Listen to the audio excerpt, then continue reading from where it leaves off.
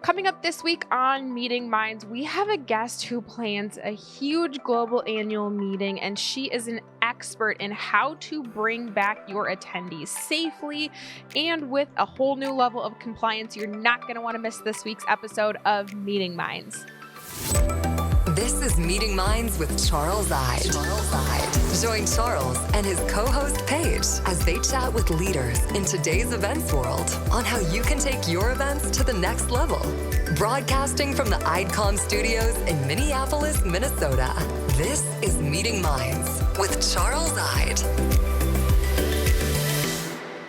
Welcome back to Meeting Minds. Thank you so much for joining me. I am so excited to hear from the guest that we have today. Her and I got an opportunity to get connected on LinkedIn, which is, in all honesty, how I get connected with most of our guests. And then there's a few local connections her and I both have to Pennsylvania and Penn State. So we got chatting, and I knew she would be a fabulous guest you all would want to hear from. And so today I have the Director of America Operations at DIA, which is the Drug Information Association, and she coordinates their global annual meeting, Miss Heather Seasholtz. Heather, thank you for being here.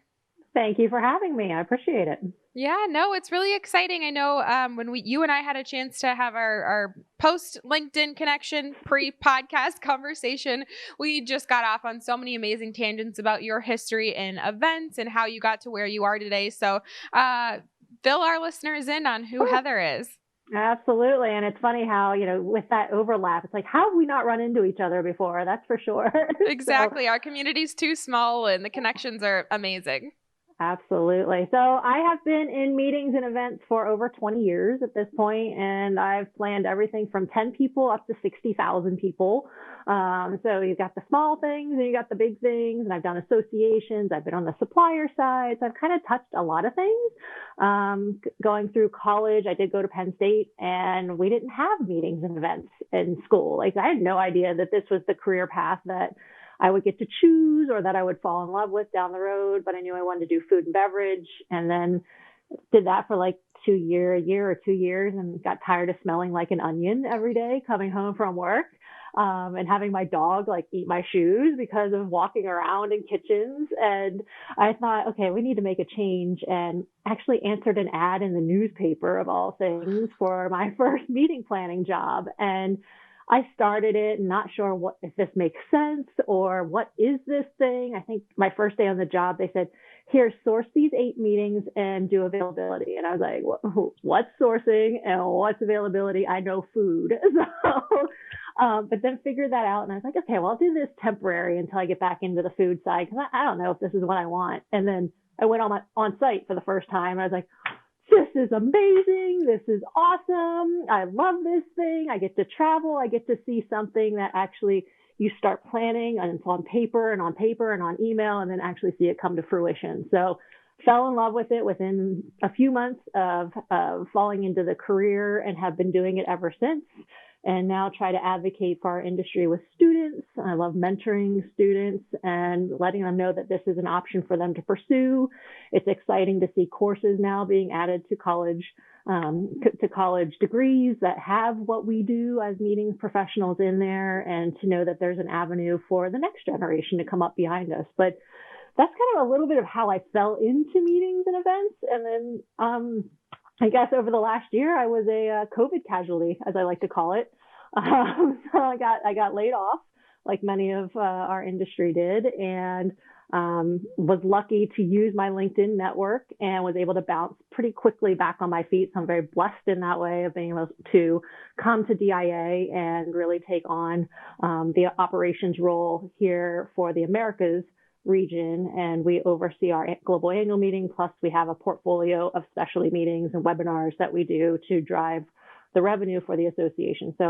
And I got really lucky with the fantastic team that I inherited. So kind of excited to be here. And that's a little bit of the beginning and the latest chapter of what's going on in my life. Oh my gosh, thank you for sharing. I'm sure that you during we call it kind of your COVID time off and people's COVID vacations, kind of the joke Yeah. around our office a little bit because we did have employees that got furloughed and then got brought back. What were some of your biggest takeaways for things that you learned or initiatives that came out of that? Because I know that kind of leads into some of our other topics. Absolutely. Absolutely. I think during that time, at first you panic, like, well, what do I do? And so many people gave me the feedback of take some time for you. And it's like, no, I need an income and I need a paycheck. And I just can't sit still and wait for those. Like I'm a go-getter. Let me start working. So like, as soon as I got the word, I'm out there, like, on Indeed and on Google and trying to find all this, and then posted finally on my LinkedIn network and found things. Well, during that time, I was like, what can I do to fill my time? We're going to go back to meetings. We're all going to meet again somehow, some way, some shape and form of whatever that looks like. So how do I start educating myself on what that looks like? So started taking some courses, took like the Johns Hopkins contact tracing course. I took the Health Education Services COVID Compliance Officer course, and then friend of mine was taking the same CCO course with me, and that's where we came up with an idea that we needed to do something for our industry to bring us back to meet safely. And then, that had to have played just perfectly into gaining enough knowledge now to apply that to your current job and some of the events and content that you're planning for DIA. Yeah. Oh, yeah. I think now, we've gone virtual for all of 21. We decided to, after last year's, I hate the P word, but last year's pivot that everybody had to do, we didn't want to, we talked about doing hybrid and we talked about doing the omni-channel, and then we just weren't sure with the way the vaccine was getting rolled out, would we actually be able to deliver that in 21? So we made the decision of, let's just put a stake in the ground. This is what we're doing for 21. We'll go back in 22, where we'll have more information. We've had more runway. We've had some other events that we can watch as well that would have happened before ours. So, now we're starting to think ahead. We're starting our planning now for January, February, March, and for our annual, which is in June, of what does that look like? What is it going to be? And unfortunately, my crystal ball doesn't work all the time, but darn it. Yeah, I know, right? But we know it's like, what do we need to think about in exhibit halls and spacing and food and really starting to think about how do we bring people together safely. I love seeing the case studies that it's happening. So how do we maximize on that for DIA? What did you get a chance to watch the Oscars last Sunday? What did you think? What are your takeaways on that and how you're seeing it be relevant to the changes in the events industry? It's been interesting to see the rotating of the audiences, because I've seen that at a couple of different award shows at this point. So completely makes sense there. I thought it was interesting to not have masks on camera, but I understand that they had masks on when the camera wasn't on. So I thought that was an interesting way to do it. But also with everything that's going on, the first course that came out was the CCO, the COVID Compliance Officer course, which was designed for film sets and for live events. So this was designed, that's the only way that Hollywood and the film industry has been able to come back is through this course.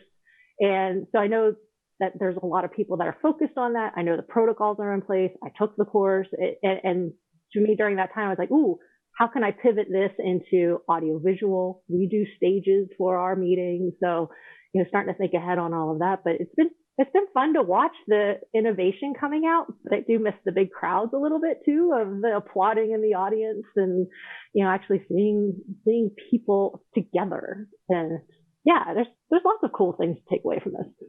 Yeah, definitely. So as you've been able to witness all of these things happen over the course of the last year, you have become a pandemic compliance advisor with two of your other CPMAs and kind of creating this course. How's it been received, and what are some of your biggest pieces of education that people take out of it? Sure. So myself and two other CMPs created this course called Pandemic Compliance Advisor, and it was actually a result of the COVID Compliance Officer course. So myself and a colleague, Marianne Urbanovich, here in Philadelphia, were both on the same course at the same time. And all of a sudden she's texting me saying, we need to do something for the meetings industry. And I was like, okay, let's do something. Plus, we're part of a Facebook group of about like 33,000 other planners, and we're starting to think about this. We're all posting articles of this is what PCMA is doing, this is what MPI is doing. Here's IAEE, here's Smart Meetings, here's Marriott, here's Alhai. All the hotel chains, all of our industry trades are coming out with these ideas and these guidelines, but nobody's packaging them into something to say, here is what you're supposed to do. It's more of guidance. And how as a planner, how are you going to find time to go and search all these resources to find what I'm supposed to do? So we thought, well, why don't we approach Health Education Services, who's doing the CCO, and say, hey, can we do this for the meetings and events industry? And that's exactly what we did. And they were very interested in it. We had another planner, her name's Shannon Majewski, reach out to us when she heard that we took the CCO course. She reached out to Marianne to ask questions about the course. And then we thought she would be a good resource. So we pulled her in to join us in this endeavor of trying to co-create what this is. And over that time, we've launched our course in October. We've had sessions monthly since then. We've had a couple thousand people go through the course at this point. So people are trying to come back safely. And really our mission is to reconvene the meeting industry through health protocols from inception to evaluation. So from beginning to end. And it needs to be something that's part of the planning right from the get-go. So Spark Notes version, some of the biggest maybe takeaways to get people intrigued to hopefully reach out and attend the course and continue their own education. What are maybe some big ticket topics that are coming out recently? Yeah, absolutely. So we actually do a whole new course every single time we do it because we're all seeing the CDC changes. It could be daily, it could be weekly, it could be monthly. Plus we have new guidance coming out from the meetings industry. So we try to, every time we do the course, we don't pre-record it and offer a recording because we want to be able to address what's hot and what's going on or make the changes to our content to what's going on. Anybody that's taken the course will have the chance, they get two things actually. First, they become a PCA. And they're able to opt in to be on a database so other meeting professionals can hire them as PCAs when they need someone on site. So one of the goals of ours is to create a new work stream for the people that are out of work. And then the second side of it, they also get access to our resources, which is where we're putting the PCMA, the MPI, the Marriott, the AI, all the things that we're receiving that we think are valuable and good pieces of content we're putting into the resources, so they don't have to start searching for every individual thing. They can go into one spot and search for what they're looking for. We also put in there additional courses that we think would be beneficial for them to take. We have different articles. We actually have the CDC recommendations, samples, and things like that for people to take. But for planners, one of the things that we talk about in every course, and there's always confusion, is we start going through, what's COVID? We're cutting down that a little bit now just because we all know what COVID is, but really it's twofold as well. As planners, not only are we becoming a PCA, so that way we're able to use our skills, we can be hired, we can, if you're an independent or a contractor, you can say you are a PCA, but also as planners, we want to know why we need a PCA on site at the meeting to help them because they can't really fill both roles. And for those, I hate to interrupt, but for those audience members that don't know what a PCA is, because that's an acronym I've heard, but maybe hasn't been specifically articulated during this episode yet. What is it? It's the Pandemic Compliance Advisor. So you're becoming a certified pandemic compliance advisor. It's not a certification. There is a difference, but you do become certified. You get a certificate. You get a badge for your LinkedIn profile. Should you pass, plus, like I said, you can opt into being on the list should you want to be hired by other planners.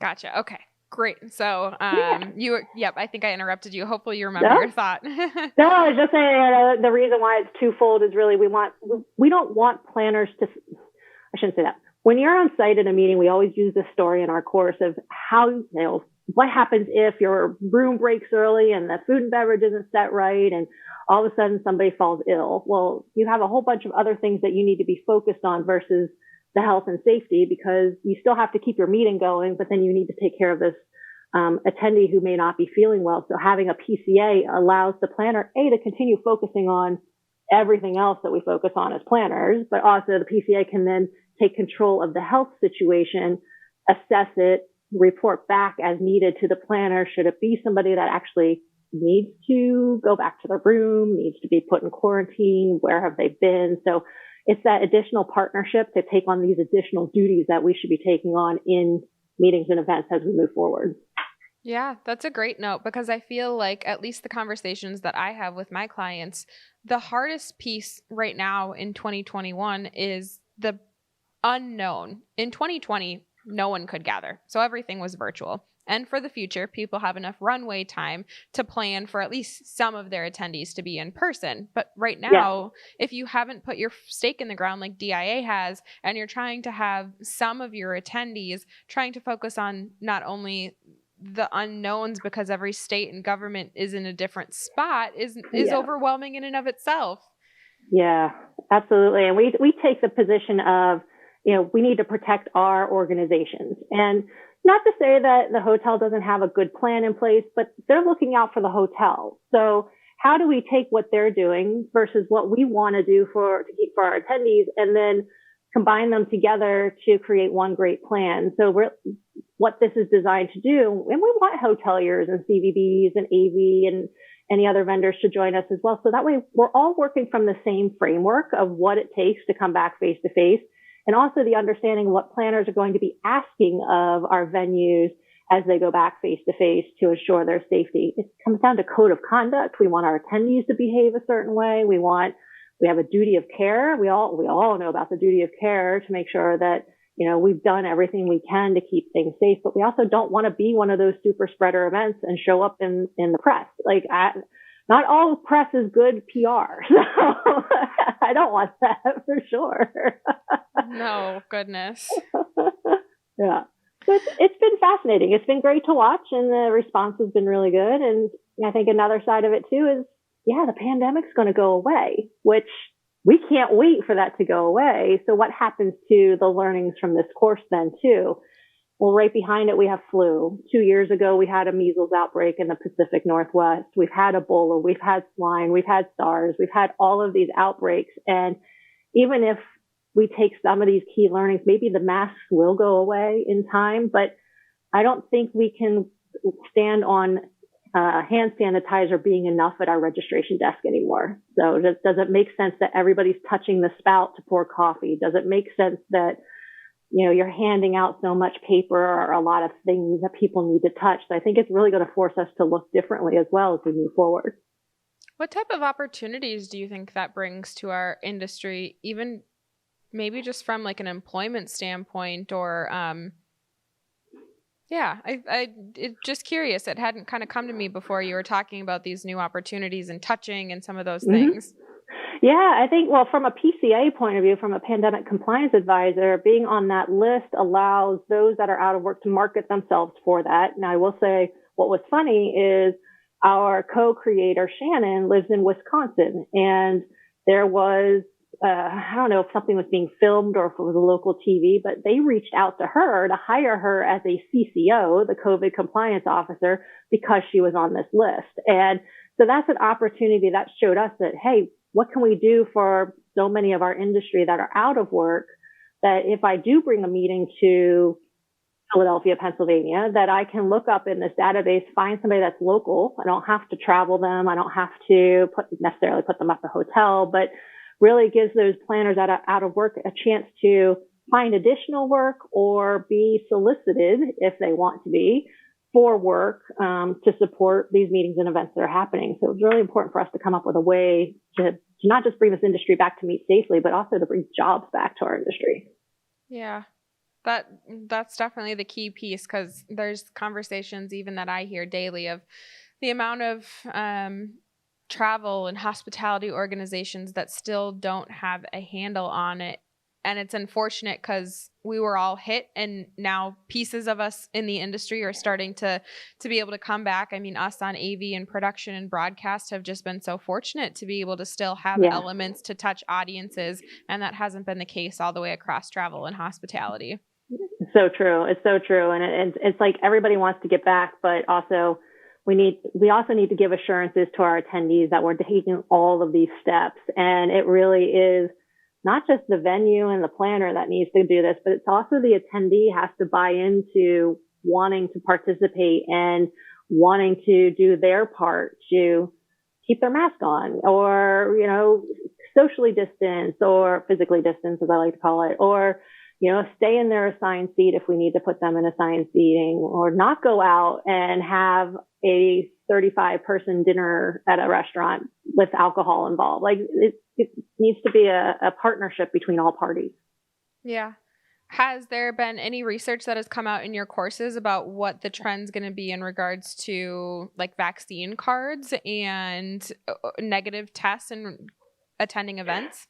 Yeah, so we've actually been following that pretty closely. There's some really good articles that we have in our resources done by some lawyers that talk about the vaccine cards. We are able to ask as planners if they've been vaccinated or not. Being that we're still in a pandemic, that is not falling under HIPAA right now. Okay. That may change if the pandemic goes away. But what we do need to be aware of is if somebody decides, if they decide not to get the vaccine because of religious reasons or health reasons, then that falls under ADA. So as planners, we need to be thinking about how do we make a reasonable accommodation for people if we're going to make this a vaccinated event, if we're going to want people to have been vaccinated to participate. We can't not include this subset, this group of people that may not be. So how do we make that accessible to them? It goes to the whole hybrid omni-channel approach, but things to keep in mind that this will now fall under the ADA laws. So, which as going through all this, I wouldn't have thought that, but that's, reasonable accommodation. So true. Yeah, so true. Goodness. And then too, some things that have come out in recent conversations that I've had are not only the ADA side of things in regards to in-person interactions, but then what does that mean for the omni-channel approach that you're taking, and how does that connect with certain compliance requirements, which is a whole nother monster that I try to wrap my brain around. There's so many hidden monsters right now that, we're all starting to uncover and start thinking, the whole what if scenario is longer than it's ever been before. Which feels daunting. So for a lot of those professionals that are out there, maybe recommend where they start. What are the basics? What are the ways that they can just start to dip their toe in the water of figuring out the best resources for them? Absolutely. So, I'm going to be shamelessly come join us for a PCA course. Next one's May 21st. And then that is at healtheducationservices.net is the website address for that. That's one place to look, but also start looking at your code of conduct. Does it cover safety protocols in regard to, again, mask wearing, or making sure that they're being tested, or that that they're feeling well as they're coming to the meeting, or the same questions we're all being asked whenever we go to a doctor or another event. But those are the things you'll want to follow through there. So start looking at your code of conduct. Also, really take a hard look at your space. Does it make sense for one-way flow of entrance and exit? Do you have a space that you can quarantine somebody if for some reason someone's not feeling ill and you need to talk to them? Is there an empty room that you can meet with them privately, so to keep privacy confidential between the planner and the attendees? So some things to think about there. Really asking the hard questions of your vendors and your hotel, and figuring out what they're going to do, but also keep in mind, if they don't live up to that expectation, how are you going to supplement what they're lacking? So are they supposed to clean the bathroom every hour and you realize that they haven't been in there in 3 hours? What happens next? So, just, do you want to wipe the doors? Do you have, Lysol wipes in order to wipe the doors down, just so it's your peace of mind? But really, we may have to jump in on areas that are lacking with our vendors if needed. So really starting to piece it and break it apart and look at each touch point, look at flow, look at, the microphones for your general session rooms. How are they being shared? Are they protected? Are they covered? So it's really taking every individual piece and just looking at it with a COVID lens, essentially. Those are great resources, Heather. We'll make sure to put them in the show notes and kind of put all these bite-sized pieces of information on our Instagram, which we love to share. As we're kind of wrapping up our final minutes here, what final thoughts do you want to share? Maybe thoughts for hope or common themes that you want to share with our listeners? Absolutely. We're all going to come back. We will be back together face to face. We'll be hugging again. If people like hugs, we'll be shaking hands, even if it's elbow bumping, but we will be back face to face again. I think we're all excited to not look at the flat screen. I met one of my staff members for the first time. I was like, oh, okay, you're not flat. You're three-dimensional. Yeah, exactly. It was so exciting. But I think that those engagements, people are so looking forward to that. From the exhibitor side, our exhibiting companies want to get back face to face. I think we're all going to be watching what our attendee companies do. We're in the medical space, so we're really looking at what the pharmaceutical industry is doing, what the FDA is doing, as far as sending attendees. But we're planning to return. There's a lot of excitement coming back. We're hearing a lot of excitement. There's a lot of apprehension to make sure we stay safe. I get that a lot in the course about questions around that, but we'll be back. This is a very resilient industry, and we are going through an extended period of roughness and rough times right now, but we'll bounce back and we'll be back and we'll be stronger than ever. And I'm excited to see it happen. Thank you so much. If any of our listeners want to reach out and ask questions about your thoughts on compliance or learn more about your course, how can they get a hold of you?